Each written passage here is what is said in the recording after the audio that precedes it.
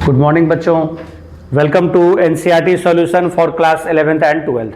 अभी हम लोग क्लास 12 का इलेक्ट्रिक चार्जेस एंड फील्ड्स का एनसीईआरटी का फुल सॉल्यूशन तैयार कर रहे हैं। एक एक क्वेश्चन सॉल्व करेंगे आपके लिए, ठीक है। 1.1 बता दिए, 1.2 क्वेश्चन देखिए क्या है बच्चों। The electrostatic force on a small sphere of charge इतना coulomb due to another small sphere of charge इतना कूलम इन एयर इज इतना newton. What is the distance between the two spheres. ठीक है, देखिए दो चार्ज है, air में रखा हुआ है। आपको बार बार हम फर्स्ट जो क्वेश्चन सॉल्व किए उसमें आपको बताए थे कूलम फोर्स मीडियम पे डिपेंड करता है। अगर वो एयर में है दो चार्ज, तब उनके बीच का कूलम फोर्स का फॉर्मूला क्या है? F is equal to 1/4πε0 Q1 Q2 upon R square. 1/4πε0 को हम K बोलते हैं और पर्टिकुलर इस K का वैल्यू है 9 × 10⁻⁹ ओके, इसको याद कर लीजिए आप। पहली बात ये, दूसरे मीडियम में जाने से अगर अदर मीडियम में जाता है दो चार्ज, तो उस कंडीशन में आप 1/4πε0 नहीं लिखोगे, तब आपको क्या लिखना है? 1/4πε Q1 Q2 upon R square. ये भी क्लियर हो गया था पहले लेक्चर की बात। फर्स्ट वीडियो में जो हम लोग फर्स्ट क्वेश्चन में डिस्कस किए थे, इतने कॉन्सेप्ट मैंने आपको दिया था। फिर एक बात और किए थे, जो कूलम्स लॉ है वो न्यूटन के थर्ड लॉ को सपोर्ट करता है। बोलो इसका क्या मतलब है सर? Q1 जितना फोर्स लगाएगा Q2 पे, Q2 भी उतना ही लगाता है Q1 पे। यहां पे दो स्फीयर है, ठीक है, स्मॉल दो स्फीयर है। एक का चार्ज है Q1, एक पे चार्ज है बच्चों 0.4 माइक्रो कूलम, और दूसरे पे चार्ज है माइनस में है, ठीक है, -0.8 माइक्रो कूलम। दूसरे पे चार्ज है बच्चों -0.8 माइक्रो कूलम। अब आप सुनिए, ये लाइक है कि अनलाइक? अनलाइक चार्ज, जाहिर सी बात है, अपोजिट नेचर का चार्ज है। पॉजिटिव नेगेटिव है तो अनलाइक कहलाता है, पॉजिटिव या नेगेटिव है तो उसे लाइक चार्जेस बोलते हैं, ठीक है ना। तो ये अनलाइक चार्जेस है। अनलाइक चार्ज में क्या होता है? अट्रैक्शन होता है, F12, और इसे आप लिखोगे F21। अच्छा, F12 vector is equal to -F21 vector. ये थर्ड लॉ का, न्यूटन का जो कूलम्स लॉ है वो न्यूटन का थर्ड लॉ को सपोर्ट करता है। इसका मतलब है Q1 Q2 पे जितना लगाएगा फोर्स, Q2 भी Q1 पे उतना ही लगाएगा फोर्स, ठीक है। और इसमें मैग्नीट्यूड दोनों का क्या होगा? सेम होगा। F12 बराबर F21, मैग्नीट्यूड दोनों का क्या होगा? सेम होगा। और फॉर्मूला आप क्या लिखोगे? फॉर्मूला लिखेंगे K Q1 Q2 divided by R square. ये होता है कूलम फोर्स का फॉर्मूला। क्या है? K Q1, इसको हम F ले लेते हैं, ठीक है, इसे हम F मान लेते हैं। F इज इक्वल टू, ये क्या आया? K Q1 Q2 by R square. Okay, ये इक्वल क्यों लिखे हैं? ये F12 का क्या मतलब है? Force on Q1 due to Q2। और F21 को आप क्या रीड करोगे? क्या रीड करोगे बोलो? इसे रीड करेंगे force on Q2 due to Q1। और एक बहुत अच्छी बात है, जो कूलम्स लॉ जो है वो न्यूटन के थर्ड लॉ को सपोर्ट करता है। मतलब दोनों फोर्स का मैग्नीट्यूड क्या होगा? सेम होगा। बोलो सर माइनस साइन क्यों लगाए? सर डायरेक्शन की वजह से। जैसे Q1 पर फोर्स का डायरेक्शन है राइट में, तो Q2 पर फोर्स का डायरेक्शन है लेफ्ट में। आप समझ रहे हैं मेरी बात को? अब मैग्नीट्यूड दोनों का क्या रहेगा? सेम रहेगा। तो F बराबर इतना है। अब आप देखो तो F बराबर है K Q1 Q2 बट्टा आर स्क्वायर। यहां से R निकल जाएगा ना, आर स्क्वायर का वैल्यू क्या होगा? क्रॉस मल्टीप्लाई कर दो आप, K Q1 Q2 by F। R square इतना है तो R क्या होगा?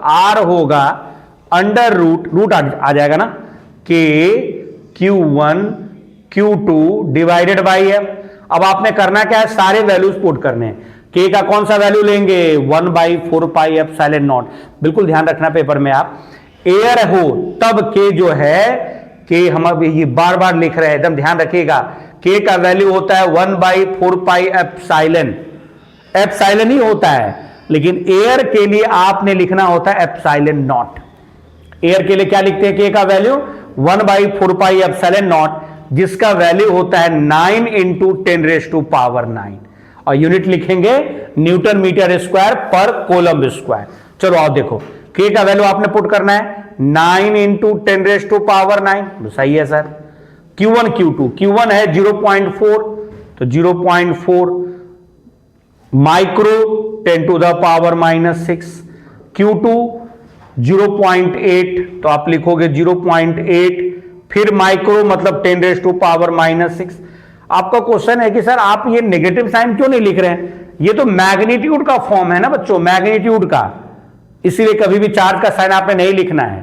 तो बोलो सर नेगेटिव साइन का रोल क्या था? रोल है ना, नेगेटिव साइन से पता चला कि अनलाइक चार्ज है, और अनलाइक चार्ज में क्या होता है? अट्रैक्शन होता है। लाइक चार्जेस में क्या होते हैं? रिपल्शन होते हैं। लाइक चार्जेस क्या होते हैं?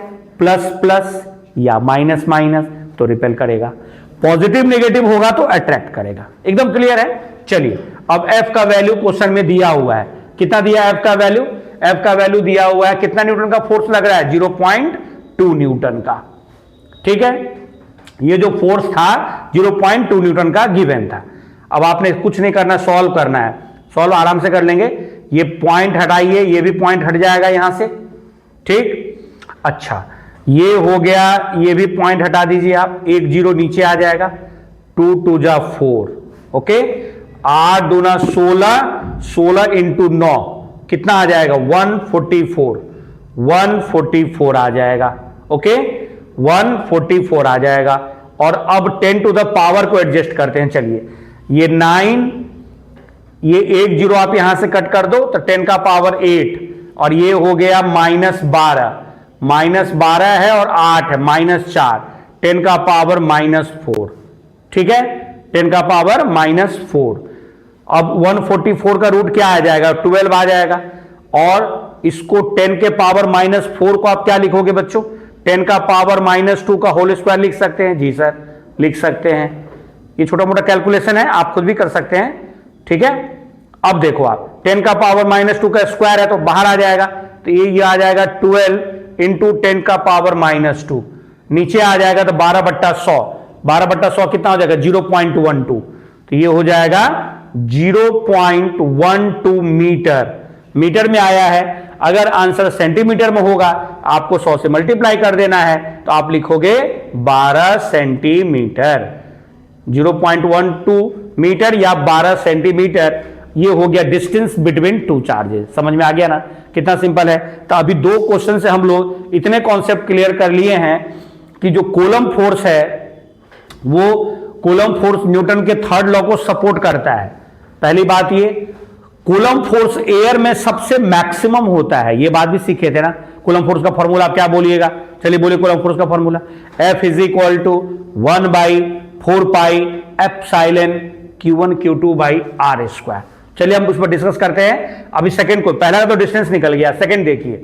सेकंड में कह रहा है, second, what is the force on second sphere due to the first.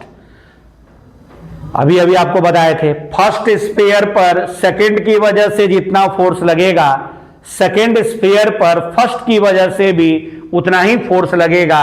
मतलब बी पार्ट का भी आंसर होगा 0.2 न्यूटन। F12 बराबर F21 और ये होगा 0.2 न्यूटन, है ना। न्यूटन के थर्ड लॉ को सपोर्ट करता है, इसे सॉल्व करने की जरूरत नहीं है। फर्स्ट स्फीयर पे सेकेंड स्फीयर इतना फोर्स लगा रहा है, कितना? 0.2 न्यूटन। तो आपसे पूछा गया है सेकेंड स्फीयर पे फर्स्ट कितना लगाएगा? सेम फोर्स लगाएगा 0.2 न्यूटन। क्यों?